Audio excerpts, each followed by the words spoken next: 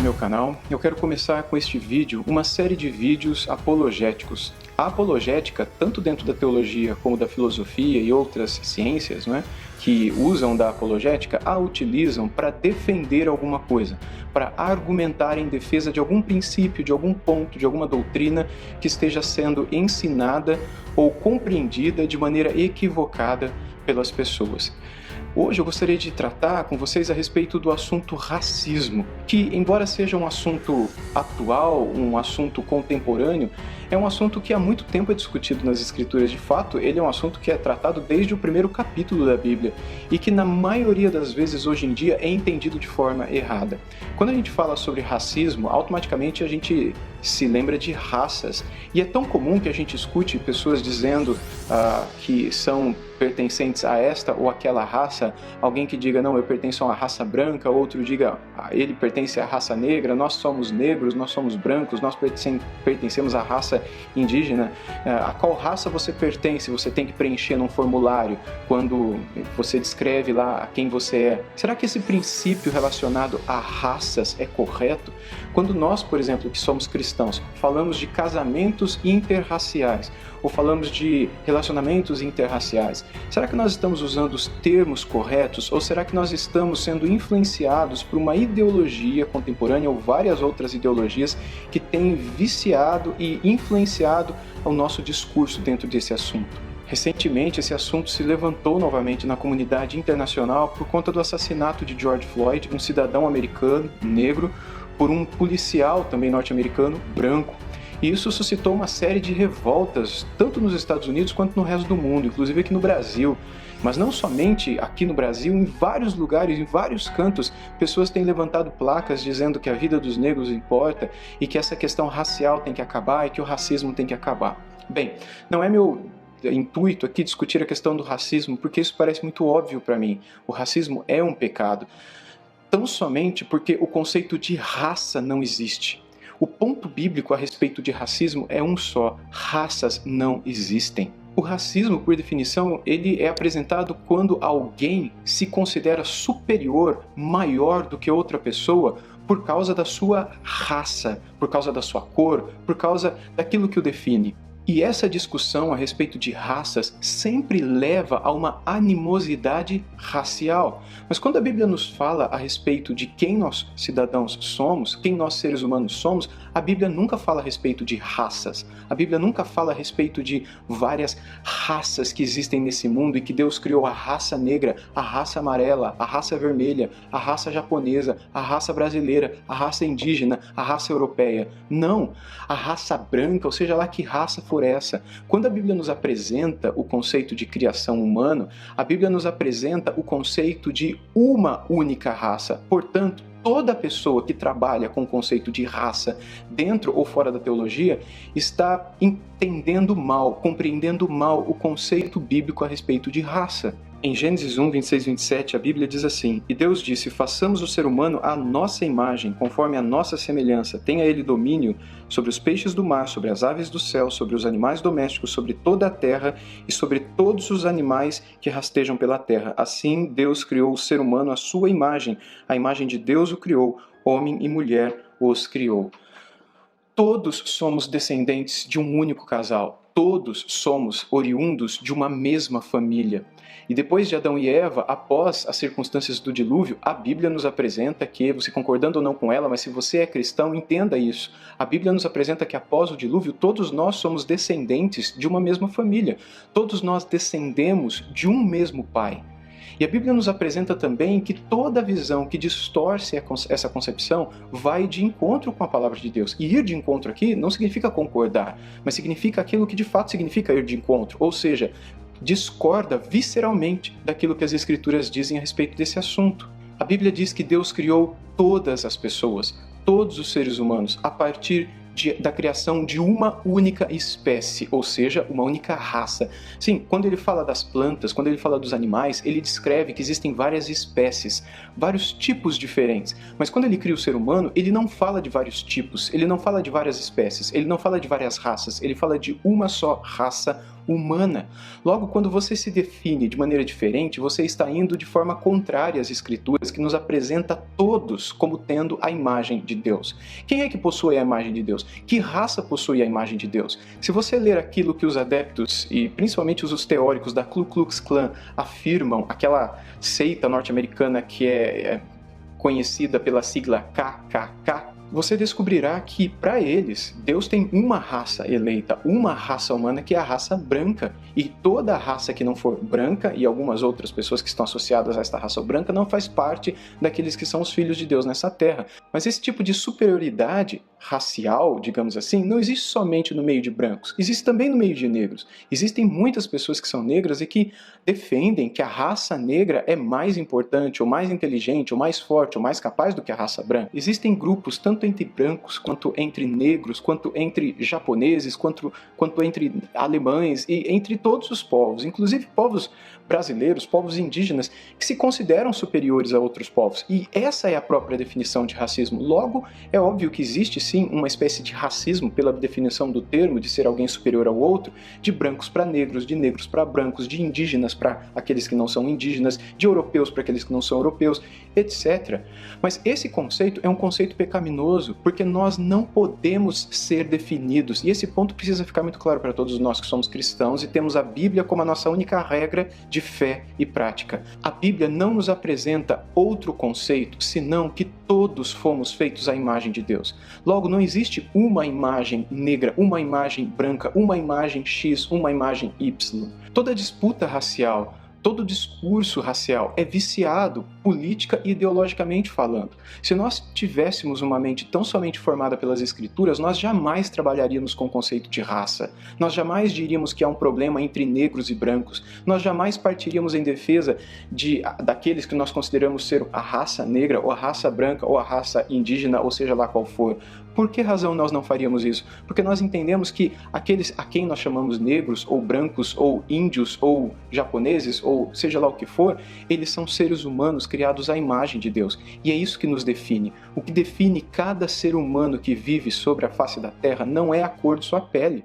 O que define cada ser humano que vive sobre a face da Terra não é a sua suposta raça, mas o fato de ele ter sido criado à imagem e semelhança de Deus. O que define o ser humano não é a quantidade de melanina que ele possui em sua pele, que o torna mais claro ou mais escuro, mas o fato dele ter sido criado à imagem e semelhança de Deus.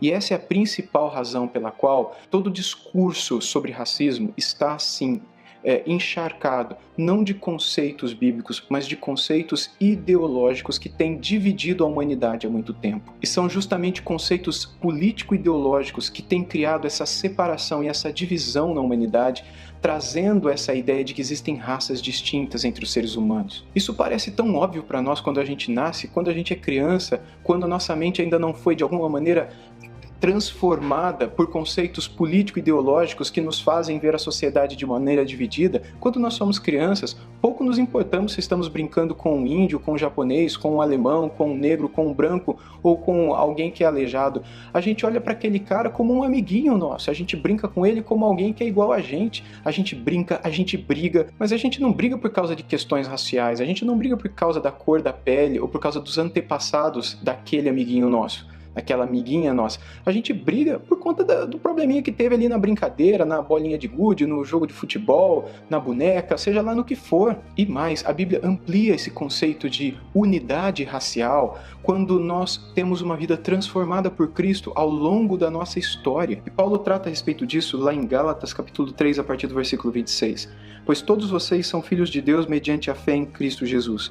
Porque todos vocês que foram batizados em Cristo, de Cristo se revestiram. Assim sendo, não pode haver judeu nem grego, nem escravo nem liberto, nem homem nem mulher, porque todos vocês são um em Cristo Jesus. E, se vocês são de Cristo, são também descendentes de Abraão e herdeiros segundo a promessa. Logo, o propósito de Deus em Cristo Jesus é transformar aqueles que são separados por questões linguísticas, por questões territoriais, por questões de nacionalidade, se tornam um só povo quando estão em Cristo Jesus. Não há mais separação entre eles. Todos nós, absolutamente todos nós, compartilhamos a mesma pecaminosidade em Adão. Todos nós também compartilhamos a mesma indignidade. por causa das nossas culpas, por causa das nossas transgressões, das nossas violências, das nossas maldades. Logo, não há nada que nos separa um do outro. Não há barreira racial, não há barreira nacional, não há barreira linguística quando se fala a respeito da maldade humana, da pecaminosidade humana. A Bíblia nos diz que todos nós compartilhamos a mesma pecaminosidade por causa dos nossos primeiros pais. Porém, a mesma Bíblia também fala que todos nós compartilhamos a mesma dignidade, pelo fato de termos sido criados por Deus em um só casal, à imagem e semelhança do Senhor. Logo, não separe aquilo que Deus ajuntou, não divorcie aquilo que Deus uniu. Lá em Atos 17, 26, nós lemos assim: de um só homem fez todas as nações para habitarem sobre a face da terra, havendo fixados os tempos previamente estabelecidos e os limites da sua habitação. Embora exista muita discussão na ciência a respeito da origem do ser humano, o que é claro para nós é que todos nós somos descendentes de um só homem, e por meio de um só, Deus fez todos os povos na terra. E sim, não há nenhum problema em falarmos de povos, línguas, tribos e nações. Mas há um problema muito sério quando você fala de raça negra ou raça branca, porque o conceito de raça não é correto. O conceito de raça não é bíblico, ele não se sustenta nas Escrituras. Mais uma vez, o propósito final de Deus para essa humanidade tão caída, tão pervertida e que se acha tão superior uns aos outros é, no final, uni-los debaixo de uma mesma aliança, uni-los debaixo de um mesmo Pai, debaixo de um mesmo teto. E é isso que o apóstolo Pedro escreveu em sua primeira epístola, capítulo 3, nos versos 24 e 25. Porque toda a humanidade é como a erva do campo, e toda a sua glória é como a flor da erva. A erva seca e a flor cai, mas a palavra do Senhor permanece para sempre. Assim, não há diferença entre todos aqueles que compõem a única raça que existe na humanidade, que é a raça humana.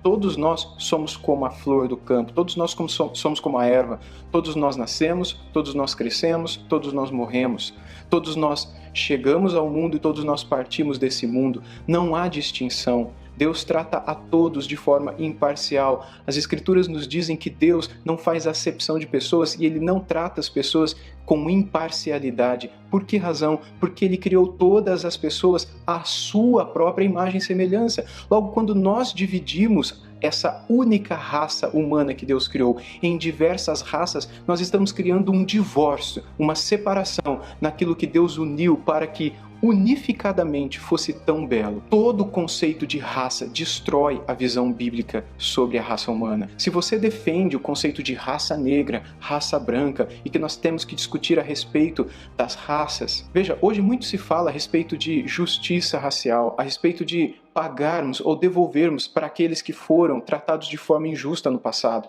Então, devolvermos aos negros o direito que lhes foi retirado no passado, devolvermos aos índios a sua dignidade e algo que lhes tenha sido tirado no passado. Esse conceito de raça também é muito discutido quando se fala a respeito da raça árabe, diferente da raça ocidental, e que deve haver uma espécie de restituição por conta de tudo aquilo que aconteceu no passado entre o ocidente cristão e os árabes orientais oprimidos na Idade Média. Assim como se fala muito também a respeito de restituição aos negros, especialmente aqui no nosso país, por conta de tudo aquilo que lhes foi tirado no passado, especialmente por conta da escravidão.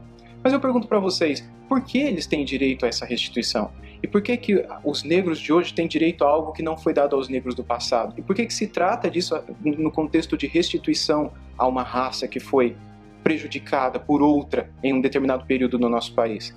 E mais, eu pergunto para vocês, você acha que eu teria direito a algum tipo de restituição racial? Olhando para minha cara, aparentemente eu não tenho nada de negro, aparentemente eu sou alguém branco, aparentemente eu tenho pouca melanina no meu corpo, mas eu quero colocar a foto para você do meu bisavô. Esse que você está vendo na foto é o senhor Benedito Porte, ele foi o meu bisavô, pai do meu avô, o seu Davi Porte, e essa que você está vendo na foto também é a minha bisavó, a dona Adelina. Eles se casaram e tiveram muitos filhos, e um deles foi o meu avô, o seu Davi, que nasceu com menos melanina na pele, puxando assim para minha bisavó e não para o meu bisavô. Mas eu pergunto para vocês, será que eu também teria direito a cotas raciais pelo fato de eu ter no meu passado alguém tão próximo a mim e que foi filho de um escravo nesse país? Será que eu também teria direitos que hoje são reivindicados a uma classe que é dita oprimida, a uma raça que é dita hoje incapaz de alcançar sucesso por conta do seu passado? Será que eu também sou incapaz de conseguir qualquer coisa na minha vida por causa do meu passado?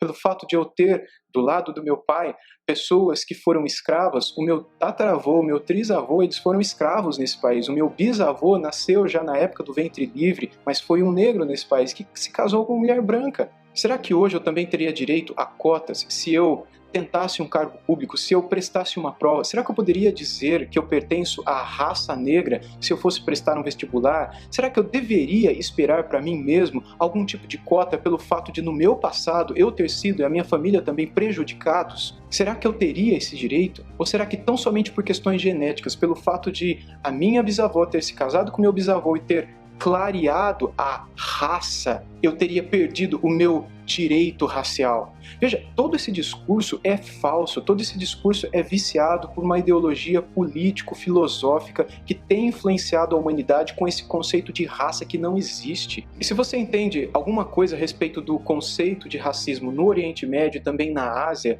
você saberá que lá toda a discussão em torno de racismo não está naqueles que são brancos ou negros, etc., mas naqueles que são, por um lado, judeus, por outro, árabes, por outro, são descendentes dos antigos persas, por outros que são hindus, e mesmo dentro da Índia existe tanto problema racial, tanta distinção entre aqueles que vivem naquele país e aqueles que vivem nas suas imediações. Esse outro nome que você está vendo aqui na tela é do meu outro bisavô, por parte de mãe. Ele se chamou Dina Nati.